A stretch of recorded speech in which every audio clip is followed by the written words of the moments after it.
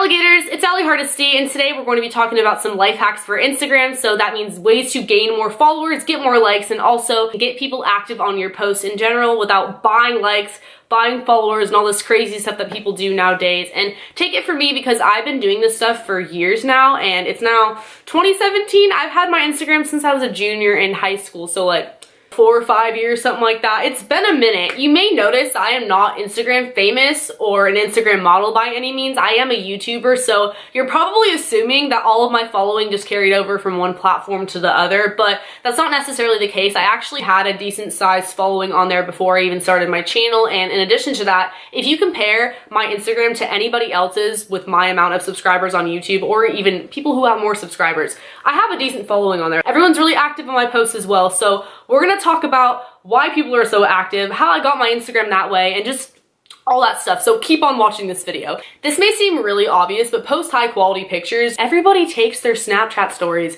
and throws them on Instagram. It's basically Snapchat 2.0, and after a while that just looks really lazy. So I'm telling you, it doesn't hurt to take pictures with your regular camera on your iPhone or your Android, or heck, if you have a professional camera, that's even better, you know, but you do not have to buy an expensive professional camera. I'm just saying, don't post pictures that were taken in the dark or that are really grainy or using the flash all the time, because people are gonna get annoyed of that, and you know, your friends might follow you, but if you really wanna grow on there and go the extra mile, I'm telling you, it doesn't hurt to have really high quality photos. Also, make sure you are posting personal photos. That means selfies, pictures with your friends, because let's face it, people are nosy. People care a lot more about what you look like and who you're hanging out with than what kind of sunset you were looking at or the food you ate for breakfast. People can look up hashtag Denny's in the tags, and a picture of waffles will come up that looks way better than your picture of waffles. Same thing with like sunsets or sunrises or whatever kind of scenery you're looking at. So people are following you to look at your post. So make sure that it is unique to you and your life and what you're doing and what you're up to, and it has you in a lot of the pictures, because that's just a lot more interesting. So I get asked a lot how I edit my photos or what kind of filters I use. The answer to that is I don't typically use filters. If I do, I'll use VSCO Cam. That's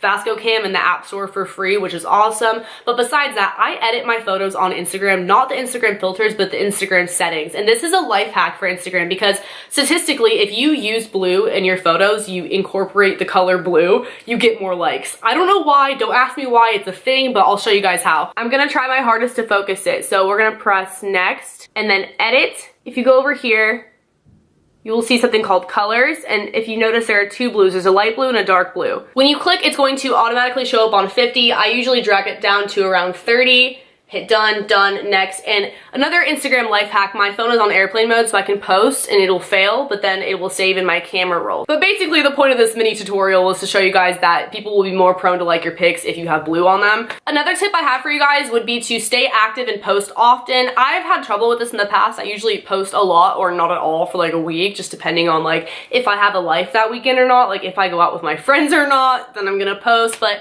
if you notice, the people who have a lot of followers are the ones that post pretty consistently, like on a daily or semi-daily, like every other day type of basis, because even if I'm really good friends with someone, I'm probably not going to want to follow them if they never post, because it's like, what's the point? Hashtags, and this only works if your profile is on public, so if you're not comfortable doing so, then just disregard this one. People used to do the whole hashtag follow for follow, hashtag like for like. I think that thing died down by now, and I mean, even if you were using that, I doubt you actually gained any active followers that like really cared about your post to begin with. But anyways, if you do use hashtags, they sometimes can be beneficial. I'll give you guys an example. One time I was at a rave and there was probably a couple thousand people there. I hashtagged what the rave was called, and I had tons of people coming to my profile to follow me and like the picture. I had a couple thousand likes on that picture, and that was before I did YouTube. So that was like a lot to me at the time. I was like, oh my god. It's because people found me through a common interest. Same thing with tagging your location. If you tag yourself at a rave or in a popular location where there's something going on, people might also be stalking the location and looking at other people in that area. The next tip I have for you guys is to be interactive with your captions, and there's a couple ways to do this. I've seen social media influencers say, hey, tag a friend who would like this hairstyle, tag a friend who would be interested in blah blah blah, that goes with their caption.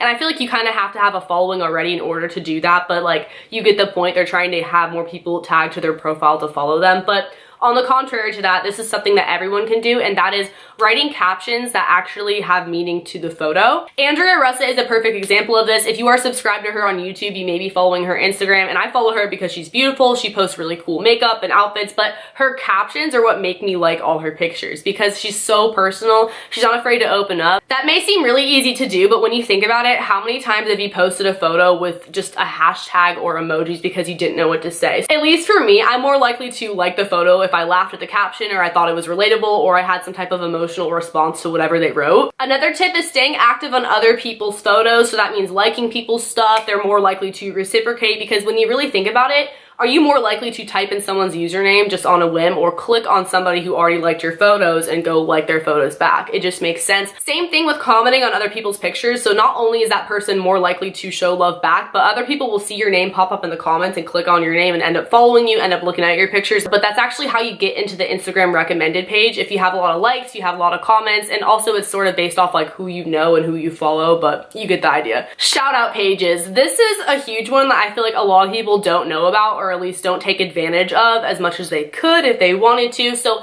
there are pages for everything. Country girl shout outs, girls with cute kittens shout outs, hot boy shout outs, like honestly anything. One is total frat move girls, TFM girls. I've been featured on there a couple of times, not on the actual page itself. I think that's like really hard to get on there, but the story, the Instagram story. So it's actually recently that happened to me twice. I didn't really think that they would do it, but in their bio it says to send them an email with a picture of you and your @ and what college you go to, and they will put you on their page. So I did that, and then next thing I know, all my guy friends are screenshotting me the TFM girls story, and I gained like hundreds of followers within a day each time that happened to me. But anyways, once you start to get featured on other pages will find you featured on those pages and ask to shout you out. Sometimes I get shouted out by pages like that without even my permission. Like, I mean, I don't care. They don't have to ask my permission, but people will just do it because they like your pictures. Because that's how those shout out pages get their pictures. They're from other people. And same with the meme pages, like people are submitting those half the time. So it's like a mutually beneficial thing, and you're probably just going to gain followers because people see you on those pages that didn't already follow you and they click your name, and then there you go. Share your Instagram pictures to Twitter. When I started doing this, I was really surprised at how many likes I got in just a couple of minutes. Like you get a lot of likes faster in the beginning than you would have if you didn't link to Twitter, because that way people know that you posted a picture and they're gonna go look, or they'll look right on Twitter and like the photo. Also, be social. I know a lot of the time when people meet people at parties or whatever, they're like, hey, what's your Snapchat? Add me.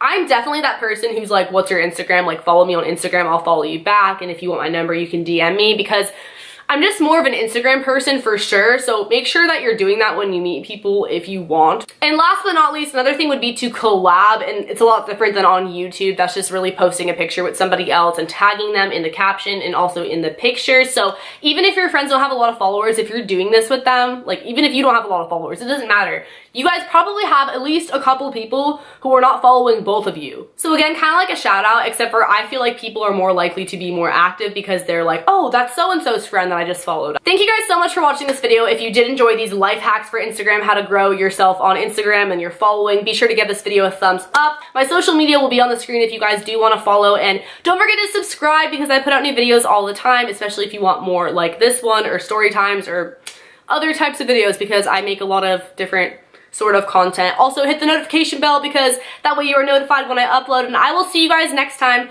Later, alligators. Bye.